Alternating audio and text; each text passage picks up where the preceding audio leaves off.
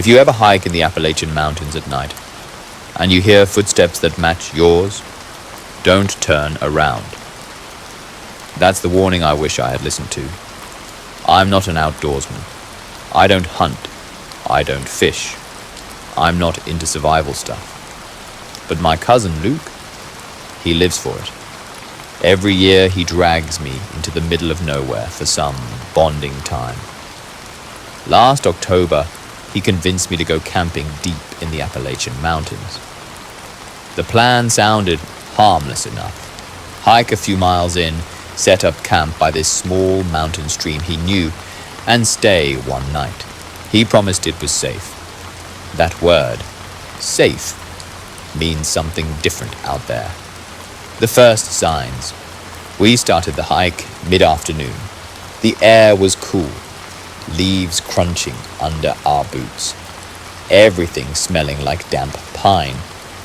It was beautiful. The kind of quiet that makes you feel like you're in another world. But about 2 hours in, the quiet started to feel wrong. The breeze that had been rustling the branches, gone. The distant bird calls, silent. It was like someone had turned the volume down on the entire forest. Then I heard it. At first I thought it was Luke's steps echoing. But when I stopped to drink water, the sound kept going. Leaves crunching, slow, measured. A rhythm almost identical to ours. I turned, expecting to see another hiker, but the trail behind us was empty.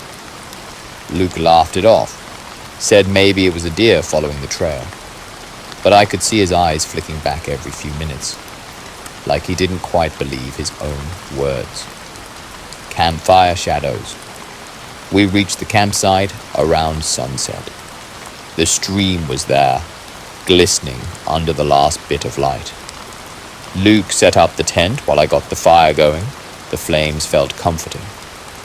Warmth and light surrounded us, but not too far from the glow. The forest was pitch black. I kept catching myself staring into it, thinking I saw movement between the trees. Around 9 p.m., Luke was telling some story when he suddenly stopped mid-sentence. His eyes were locked on something past my shoulder. "What?" I asked. He shook his head, thought I saw someone. I turned around, and my stomach dropped. About 30 feet away, just past the firelight, was a figure, not moving, not speaking, just standing there, facing us. "Hey!" Luke called out. The figure didn't respond, didn't shift, didn't do anything. I grabbed the flashlight and shined it in that direction. The beam cut through the darkness, and there was nothing there, just empty trees, deserted. We tried to laugh it off, told ourselves it was our imagination, but when we got into the tent to sleep, the fear settled in. It started with faint crunching in the distance, then close, slow, deliberate footsteps circling. I whispered to him. He didn't answer.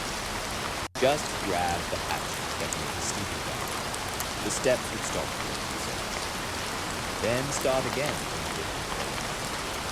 Like someone. One time, something brushed against the wall. A hand, or maybe an animal's body. Then I heard it. A soft, slow zip sound. The zipper of our tent moved. Just Luke clamped his hand over my mouth and felt it sink. His face was pale, his eyes wide. We stayed frozen until the sound faded into the wood. The hike out, neither of us slept. As soon as the first light broke through, we didn't even stop to think halfway. Halfway down the trail, I couldn't shake my fear. Every few minutes I looked back. I swear the movement of the trail.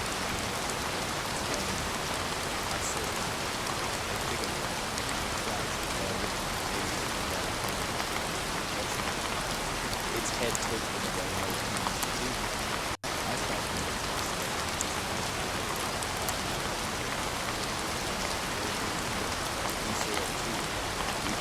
pace, the bigger started walking. We walked faster. By the time we broke into a run, my heart was pounding so loud it drowned out everything else. The final sign. When we finally reached the car, we both felt this massive wave of relief.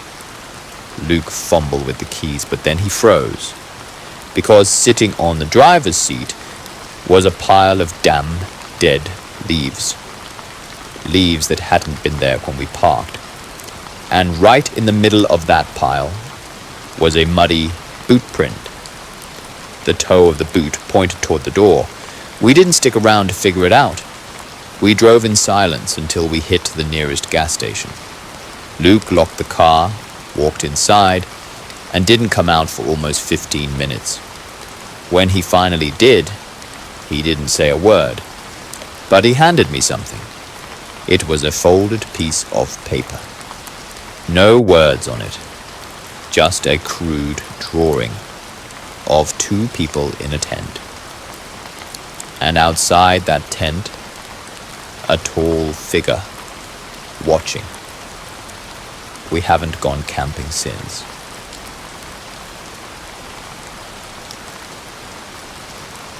In the Appalachian Mountains, when someone disappears, they don't always stay gone. The invitation. 3 years ago, my friend Emily asked me to join her and her boyfriend Chris on a weekend hiking trip in the Appalachians. She said it would be fun. Fresh air, campfires, the works. I wasn't exactly an outdoorsy person, but Emily and I had been friends since childhood. If she wanted me there, I'd go. We set out early Friday morning. Chris drove, Emily sat in the passenger seat, and I was in the back. The deeper we went into the mountains, the worse the cell signal got, until it was gone completely. I didn't think much of it then. Now, that silence haunts me. The strange encounter. We reached the trailhead around noon and hiked for hours. The scenery was gorgeous. Endless green ridges, distant waterfalls, the smell of pine in the air. But there was one thing that stuck out. On the second mile, we passed an old man sitting on a fallen log staring at us. He had a long gray beard and a heavy coat despite the warm weather. Emily smiled and said hello. He didn't answer. He just said in this raspy voice, "Don't wander off the trail, no matter what you hear." We all laughed awkwardly and kept moving. Nightfall. By the time we reached the campsite, the sun was dipping behind the mountains. Chris set up the tent while Emily and I collected firewood. That's when we heard it. A faint voice, calling from somewhere deeper in the woods. At first I thought it was another hiker, but the way it sounded, slow, drawn out, almost like it was repeating the same thing over and over. It made my skin crawl. It sounded like it was saying Emily's name. Chris said it was probably someone messing with us, but we decided to stay close to the fire. Emily disappears. Around midnight, I woke up to the sound of the tent zipper opening. I assumed Chris was stepping out, but when I turned, it was Emily. She was slipping out into the darkness without a word. I whispered her name, but she didn't respond. She just kept walking into the trees. I woke Chris, and we both ran after her. The forest was pitch black, except for the weak beam of our flashlight. We shouted her name, but every time we did, the voice further ahead would call back in her exact tone. We followed it for maybe 10 minutes before realizing it wasn't getting closer.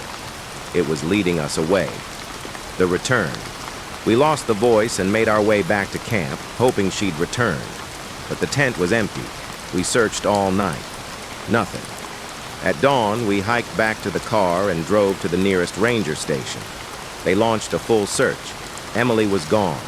They never found her body. 2 months later, Chris and I barely spoke after that. We both blamed ourselves. Then 2 months later, I was driving home late at night when I saw something on the side of the road. A woman. She was barefoot, wearing the same clothes Emily had on the night she vanished. Her hair was tangled, her skin pale.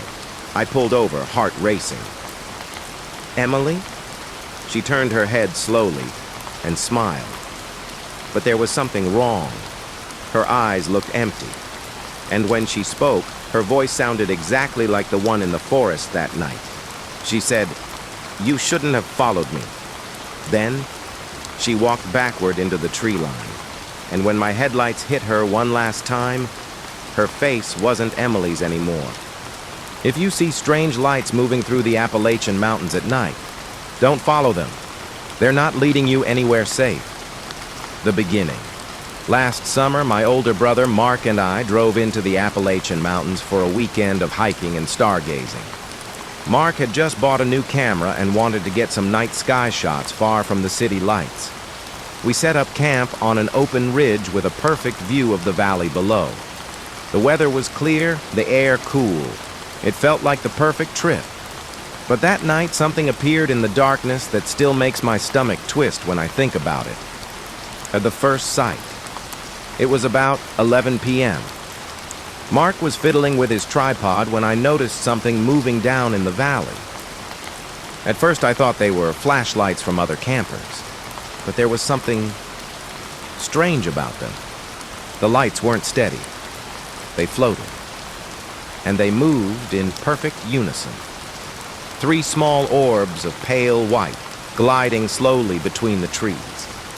I told Mark. He looked through the camera zoom and frowned.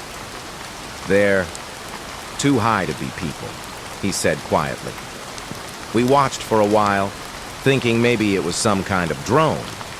But the lights moved in a way that didn't make sense. Sometimes they'd drift inches from the ground, other times 30 feet in the air, without any sound at all. The calling. After a few minutes, Mark got this weird look on his face. He said he thought he heard someone calling his name from the valley. I didn't hear it, but he swore the voice sounded like our mom's. Then he stood up and said he wanted to get closer. I told him no, that it was probably some kind of trick of the wind, but he was already grabbing a flashlight. I followed him, not wanting to be left alone at camp. The trail down into the valley was narrow and steep, and the deeper we went, the quieter the forest became. No crickets, no wind, just our footsteps. The approach. We reached the valley floor in about 15 minutes. The lights were now about 100 feet ahead, weaving slowly between the trees. Mark kept moving toward them, ignoring me when I told him to stop. I started to feel this weird pressure in my ears like when you're deep underwater. My flashlight flickered, and for a moment I thought I saw a shadow move between us and the lights. Then, the voice started. It was soft, distant, and wrong, like it was coming from everywhere at once. It said Mark's name again. This time, I heard it too. The vanishing Mark stepped off the trail, walking toward the lights. I yelled for him to come back, but the moment my voice echoed, all 3 orbs shot upward into the trees and vanished. The forest went completely black.